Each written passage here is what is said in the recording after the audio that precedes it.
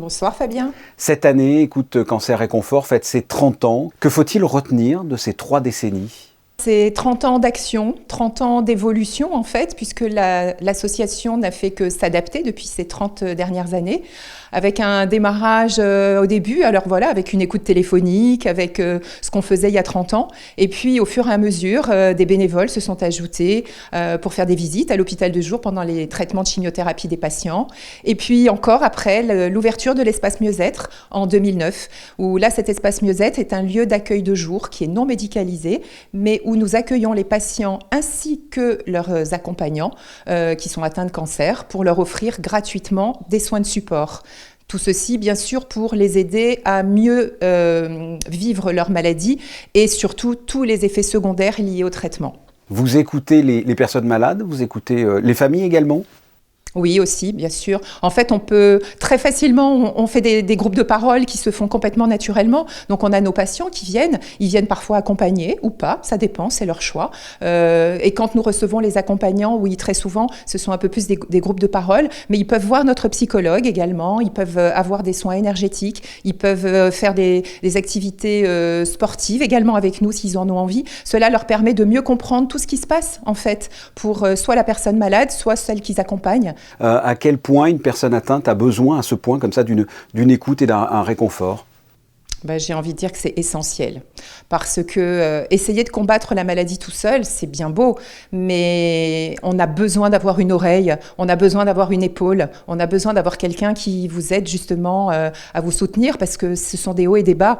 Il y a des moments où la personne va pouvoir bien supporter ce qu'on lui annonce et puis quelques jours après, elle peut avoir vraiment une redescente parce que c'est trop dur. Et puis malheureusement, par rapport au cancer, il y a toujours la petite épée Damoclès, même la grosse épée Damoclès. Il y a quand même toujours la peur de la mort et le fait de pouvoir justement avoir des professionnels avertis ou des bénévoles formés à cette écoute, c'est vraiment essentiel pour pouvoir justement faire tout ce travail d'accompagnement. Justement, qui sont les oreilles bienveillantes comme ça vous avez parlé d'épaules aussi, alors les épaules bienveillantes. Il y a les bénévoles, d'un côté, qui sont formés, qui ont une formation spécifique justement à l'écoute, et puis les professionnels, puisque nous avons des salariés à l'association, et dont la psychologue qui en fait partie, également la personne qui s'occupe des soins énergétiques, qui fait de la réflexologie plantaire, qui en fait fait énormément de soins comme ça de support, la socio-esthéticienne également, puisque ça c'est une activité qui est nouvelle et que nous avons en partenariat avec le CHPG depuis un petit peu plus d'1 an maintenant.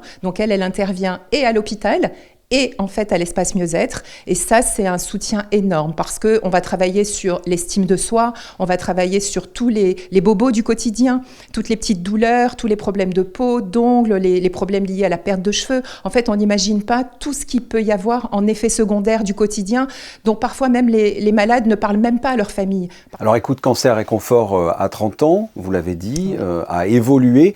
La maladie, les traitements ont évolué aussi, vous avez pu le constater ? Oui. Les traitements ont énormément évolué. D'ailleurs, on le voit déjà tout simplement sur les chutes de cheveux.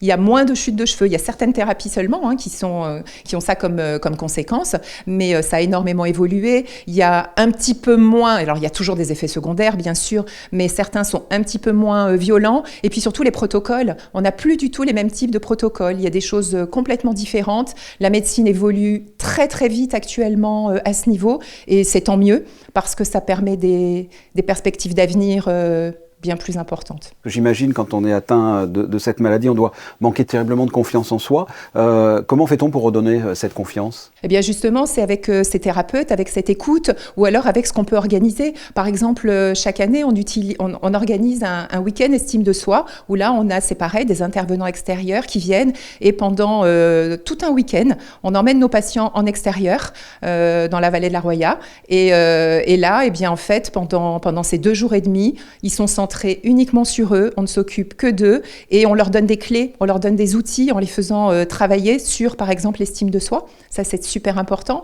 L'année dernière, nous avons pu également organiser avec l'association Fightheads en partenariat un défilé de mode où c'est Pauline Ducruet qui nous a fourni tous les magnifiques habits de lumière et ils ont défilé comme des mannequins.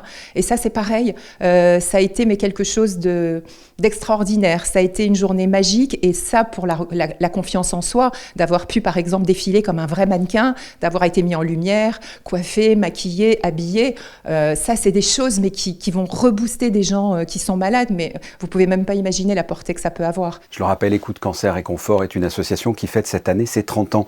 Merci Valérie Barry-Larraud. Merci à vous Fabien.